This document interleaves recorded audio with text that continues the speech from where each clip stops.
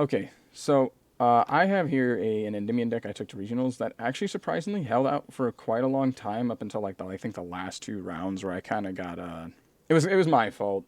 It was my fault. One deck was Eldritch, and for some stupid reason I'm thinking, make them go second. Never. Back row decks just go first. Just go first. Side your Denkos, side your Red Reboots. Or my stupid mistakes. So I'll just go over the deck list. I'm mostly sharing this because I want to share ideas I've come up with the deck to kind of, I guess, modernize the deck. Because I see a lot of people playing this deck, and they kind of stick to some really, how do you say, dated concepts. And that's something I kind of find really annoying when playing this deck, is it's just finding other players who play it, and they want to stick to these super dated ideas. I don't know. I'm not against them, but these are some ideas that I came up with. So first, obviously, you have your three Master Cerberus. FPS is going to be a little shot. Three Master Cerberus. We all know what it does. If you don't, I'll make a quick brief. You put it in scale, pop it, search a mythical beast. Predominantly this boy. You search a mythical beast card from your deck. It is hard once per turn, I believe it's scale effect, and then you have its summon, its monster effect, take 4 counters off, banish the monster of your opponent's control. This card gains the attack of the original attack. It's pretty simple, really powerful OTK card. Honestly, I absolutely love it. Please ignore that I do have one French and not many others. We have 2 Jackal here. Jackal King stands to be one of my favorite cards, I think, in this whole deck. Probably sickest artwork, I think. No, he's got the sickest art of the Mythical Beast. But definitely the best effect you always want to go for. You don't want to draw him too often because you'll cry yourself to sleep at night. But yeah, I love this card. Just, it cracks itself, special summon Cerberus, and then on field, it's a monster. Right? Bash, he's only in here because, in my opinion, he seems to be the best when going first, because no matter what the interaction, drawing him is not the worst thing in the world. You know, if you chronograph here, as you can see I got here, you know, you have the Time Gazer. You can bash to cycle back the Time Gazer, cycle back the chronograph, anything in this vicinity, to allot the ability to draw a card and also recycle cards in the deck. I'm still debating him. I drew him a couple times today. I can't say he was the make or break of the reason why I lost in something entirely, but I can say he was definitely like, he didn't help. he was there. Actually, no, he kind of helped. I lied. No, I'm sorry. He actually did help a lot. Now that I think about it, there was actually one game I would have lost if I didn't use him. His monster effect and his scale effect. So you know what? Actually, Bash should stay. He wasn't a problem. There are moments he's bad in your hand, but that just goes for any one of, to be honest. Everybody's favorite, the graph engine, I call it. Yep, we have... Okay, get Stargazer out of here. You're not part of this. I mean, you are, but in the worst possible way. Man, my hands look so fat on camera. So anyways, I digress. 3 chronograph. I mean, what do you want me to say about this card? It's chronograph. Card goes, hey, I'm going to bring a spellcaster to the field. Oh, Cameron's having a stroke. And astrograph repeats with the process. So quintessentially you have, if you open up this and this in the same hand, you're going to do some nutty things. Chronograph is definitely a baller. Astrograph, really good card as well.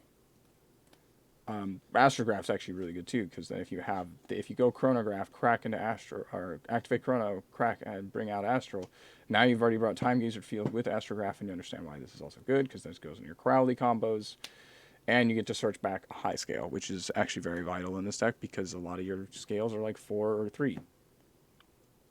Next are, in my opinion, probably the 2 worst cards in the goddamn deck, and I hate seeing these. They appear too often. It agitates me. But at the same time, because of this package, they're extremely necessary because they help get into Crowley. He has probably the best protection trigger. A lot of people do not read this card. I've had several interactions where people just ghost ogre, and you're just like, I was like, okay, I'll allow some resolution. They're like, yep. Ghost ogre resolves. They're like, yep. So if it resolves, and they're like, wait, what? And I have to reveal to them Time Gazer, and they're like, oh, well, before, and I'm like, you kind of already let it go through, man. Sorry. You should read the board. It's kind of one of those things. Abductors. Since we don't have 3 Servant, this is your second best option. Honestly, this card's really good. The only reason I dislike it is because it's a scale 3, which it hurts trying to bring stuff like this back. Servant. I used to use Eccentric, and Eccentric had to get cut because this is a scale 3. But other than that, this search has some of your best Pendulum cards in the entire deck, so kudos to it. I'm not going to sit here and say it's a bad card. Facts. It's a really, really good card. Honestly, if they did back Servant to 3, it's really hard for me to say whether or not I'd want to reduce this for the Servants. I mean, truthfully, I would. This is the card we really want back at 3. If this comes back at 3, we're going to have a field day. So my Endymion engine, I don't know if you can really call it an Endymion engine here. Since it's 1, 2... What's this card? Oh, get your butt out of there, sir. Sir, you're not welcome. I mean, you will be later. You're not supposed to be here right now. So, Servant, Magister, Reflection, Double Master. I conflict with this idea a lot. I think this is so good, but so bad at the same time. You sometimes see this card too much in your hand, but at the same time, it's just the right amount because Big Boy's effect here is just too unstoppable. It's just so hard to put up with, and 90% of the meta ends up having to either crash and or kill him in order to get rid of him. So he stands to be a really powerful card. Servant, great card, just busted. Reflection, it's decent. It's more for like the actual like later combos. Magister, same concept. Magisters, you generally don't want to draw these 2 cards. They're not terrible, but they're not great. Here's my one-ofs of the pendulums. Kaiden and Sloth. So Kaiden is for obvious reasons. We search this with Abdicator, and we use it to bring back the Cerberus from field. There's cards in the deck I have called Ready Fusion. I'll go over the combo with that one later. Sloth here is gnarly. It's just, if you hard draw this, in this meta, outside of Flunderies, this wins the game. I think I won 3 games a day. Just, oh, hey, look, Sloth, Pendulum Summon, Jackal, counters, pass, and they just scooped it up and went to game 2. I did that almost all the way to round 6 to so many matches. I think the only match it really didn't work against was the Kaiju player, in which I sided out and used Fog card. You'll see it in the side. So, Spellbook package. This is like the basics right here. You have to use this package. Get out of here. Spellbook package. 1 Blue Boy, 2 Secrets, 1 Knowledge. Really good cards here. Like, this is necessary, I think. Yes, I did go alti because I like to flex. We flex in days, bro. Spell Power Mastery. Do I really have to explain this card? You search for an Endymion card. Put spell counters on the field. Kind of why I want Servant to 3. What do we got here? Citadel. Oh, this is the best part, I personally think. The field spell lineup. See, online I have double Citadel, Secret Village, Necro Valley, but I honestly might switch the online variant to have the Necro Valley. Because there are so many games where if you just drop Necro on them, they can't play. I did this to one Sword Soul player earlier. He didn't have the Baron, but he did have Xing Ying, and like, I forgot who else it was. No. Ah, man, I forgot what it was. I forgot what it was. I think they only had Xing Ying because they burned off another card they had, and they didn't have Blackout because they already, not because they already used it. I forgot what happened that made. I think they tried to overplay and they just. I had Lava Golem, but I left the Xing Ying because they didn't have back row, so this card wasn't the big deal. So I just Necro Valleyed after the Lava Golem, and it just turned into my favor. And then because I took out the Xing Ying, even though I didn't really have an established board, this card was enough to just win it all. So that's your whole thing. Set rotation broken, terraforming, good search. There's nothing else I can say to that. Hand people Secret Village. See what they do. They can't do much. This is the fusion package. You're like, wait, fusions? Yep, fusion. You got 2 ready fusion, 1 instant.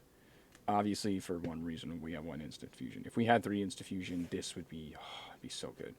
But ready fusion, really good card. Pay 1,000, special summon a normal fusion. And you'll see why I'm doing these soon, and I'll go over this in a little bit. but that's the main. 2 institution. This card bricks you if you're not careful. This card will brick you if you're not careful. So be smart on this card. I generally dropped it to 2 for this exact reason. Salesman, really good card. This card works very well for going second and first. There are so many moments where if like you per se Flunderies, this was probably the best example. Flunderies, you go okay. They have the back row. They made you go second. You have this in your hand. Eaglin. And now they can't summon any big boys as long as they don't have a big boy in their hand. But per se, they only have like I've had situations where like they only had Eaglin and that's it in their hand. So you just shotgun Salesman. So even if they activate the trap, they're not doing anything. They're gonna stare at you and be mad. And my last 2 cards for the main board is 1 Pot of Desires, 1 Upstart. It's just really good. Like draw 2, draw 1. Spell counter. Spell counters for Upstart, honestly. So here's the extra deck. And we're going into a lot of details we go through it. Obviously, Appaloosa's Appaloosa. This doesn't really need explanation. This needs the most explanation of all. Obviously, Celine, card's bad, bro. Card's bad. Card's bad. Access code, bad. IP, bad. Goddess, that shit's trash, bro. Crowley, this card will win you games. Actually, that's not even a joke. That's actually a real statement. This is the spellbook package card, and this is what I was talking about before. There's so many ways you bring out spellcasters from the deck to the field. This card is actually very at ease, including the Ready Fusion, which we'll show you in a second. So there's your links. I'm still debating Arcanite. I didn't really get to summon it once today. There's moments where it's like, man, I really wish I had this card. And there's moments where it's just like, this card is just in the extra deck to look pretty, I guess. I don't know. So, not always the greatest. Baronet. It's Baronet. The package has Ready Fusion. You can pretty much already assume what I'm using in order to do this. Beatrice is actually because it has really good interactions with a lot of it. You run a lot of 6s between Jackals, Chronographs, and a Sandwich you have in the deck. In the extra deck. I'll show you in a second. So there's always like the best targets to send this can be the Reflection,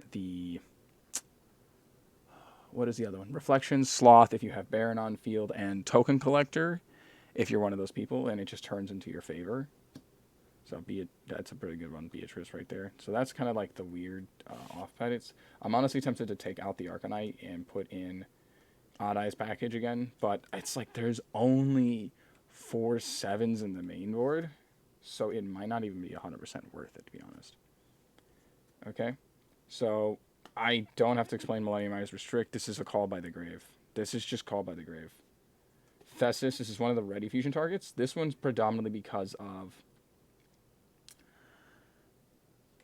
Stargazer. Stargazer's a 5. This also corresponds well if your opponent summons any like weird cards that they can't really like utilize effectively, such as no, I'm sorry. So per se, you have any of the extra servants. I had one game where I had I had Blue Boy because they ashed it, Servant on field because they didn't ash that. I don't know why. And I had Thesis because I had the Ready Fusion, and I just went to a Baronet with a Jackal. And believe it or not, that with a Secret Village was just enough to win the game. Sandwich, this is what I was talking about. Good level 6. It was just synergized a little bit better than Rockstar. I don't know his actual name. He's just a level 5. I don't think he's that great. Thousand Eyes Restrict. I'm debating him. I kind of want to take him out. He saw like no play today. His only point is to bait, and honestly, 90% of the time, I don't think I ever get to use it. Avini, this is what I was talking about. This card synergizes so well with the whole deck. You're going after Cerberus, you go for Cerberus. Cerberus is an 8. Then you bring out Avini, who Ready Fusion, Synchro into Baron.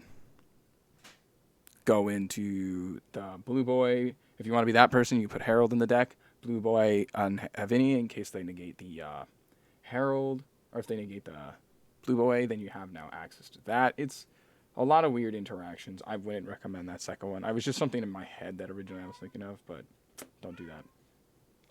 Shawinda. I do not know why people are not using this as an instant fusion target more often. I see so many Endymion decks that use the instant fusion, but all they have are the 2 restricts. if you have space, in which I can see you have space, you put in some pretty bad cards. Some of you put in some really god-awful cards. Put in shit on Winda.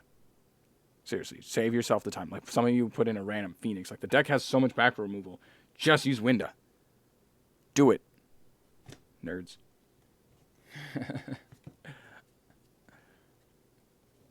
Yeah, use that as your back row remover. I promise you, you'll never regret it. Next thing, Fog King. This card is so much fun. So Fog King, this was so nutty. I dropped this against one Drytron player. Because my hand wasn't the best. I don't honestly think Sloth really mattered that much outside of one card. So I took it out. I honestly was just playtesting this at the regional. Just to try it out. And I didn't get to verse any Flunderies players, but there are Flunderies at my locals. A lot of them. And I did drop this on them. They did not like me. Because this card just says, no, you can't play Flunderies. And it's just so good. Drytron can't play around this card. You can't get Kaiju'd, so if you verse against a Kaiju deck for some weird reason, which I did my round 2, and I just summoned this, and they couldn't do anything. They passed. They couldn't Kaiju me. They couldn't destroy the field because I had Secret Village. They just couldn't do anything. Fog King, actually low-key underrated. Cosmic Cyclone. I don't think I have to really describe this card. The deck doesn't really lose to Scythe. This deck does not lose to Scythe. I mean, there can be hands that you do. Like, if you open too much of the Ready Fusion stuff, then yes, you're going to have a problem. But most of the time, Scythe isn't the problem. This is more to deal with, like, the Flunderies Black Row, the Blackout. There's a lot of, like, random back row cards you just don't want to put up with Cosmic. So Cosmic Cyclone's good removal.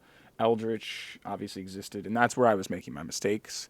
We have back row controls, such as here's your red reboot, and we should definitely swap these around to kind of prove my point.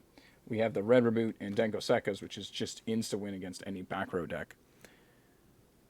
My stupid mistake was not making them go second and then putting these in my deck, because this would have just easily won. I don't know what I was thinking. I was pretty exhausted. I was mostly just there to try and just vibe out. Just show people what I'm... Show them what I got. I'm there to show them what I got. And apparently it wasn't much. 3 Nibiru. I didn't get to use this card once. Hands I had it in were not good. Hands I needed them in, I drew him literally the card after. So it was just like, oh, wow. But the card I originally took out for this, no material, wouldn't have been any better. So an argument can be said that this card really wouldn't have changed anything on the fact that, like, I couldn't use it. No material is really only good against Sword Soul, to be honest. And since it's one specific deck, I just kind of went against it. If the meta starts to shift a little bit more, we can maybe use it, but I would say no for now. Lava Golem, such a good card. Oh my god, Lava Golem. I opened this against one Drytron player. Oh, I don't know if it's bad or good. You can hate me or love me for this one, but basically, halfway through his combo, I just started counting the summons. I wanted to see how many he had while holding this one card like this. I never said I had Nibiru. I was just counting summons. So I'm just like, okay, 1, 2, 3, 4. How many summons is that? He goes, how many summons? I was like, how many Drytrons you got left to activate? And he said only the 1, and I'm like, okay, think. I was like, just checking board. Or not think, but checking board. He's like, okay, how many summons? And he tells me, and I'm like, okay, cool. Continue. And he did. He proceeded to continue. And at that point, he kind of like, he just stopped for a second, like, as he's, like, about to do something. Just takes 2 cards, summons Anaconda, activates Anaconda, pays 2k, special summons, DPE. I upstart, Lava Golem. I won that whole thing just because of Lava Golem. Such a good card. He Twin Twisted my Abductor, but that didn't stop it, because I still had, like, 1 Servant with a Spell Power Mastery, so my hand was, like, literally Abductor, Spell Power, Servant, the Lava Golem, the Upstart, and then I thought, I opened up Pot of Desires. So actually, no, I had a Pot of Desires in there, and just had no hand trap for it. So that's this deck. Just tell me what you guys think. This is something I've been working on a little bit for a while now. I have a couple things I'd like to change on it, but I'm not entirely sure yet. I'll go over a little bit more testing myself. But it's just something fun. If you want to play Endymion, this is the stuff I recommend putting in, especially the Ready Fusion package. That was probably the best thing I put in there. The Sales Band, debatable, but it's better than Called By in this deck because if they don't have a hand trap, Called By is just going to sit in your hand. And I've had too many games where that just happens, and you just might as well call Sales Band Ash. It's your safest bet. You're guaranteed it. Nibiru doesn't really do much to this deck anymore as long as you have the negates, which this deck gets negates. If you don't have negates, you're playing this deck wrong. All right. I'll see you all later. Bye-bye.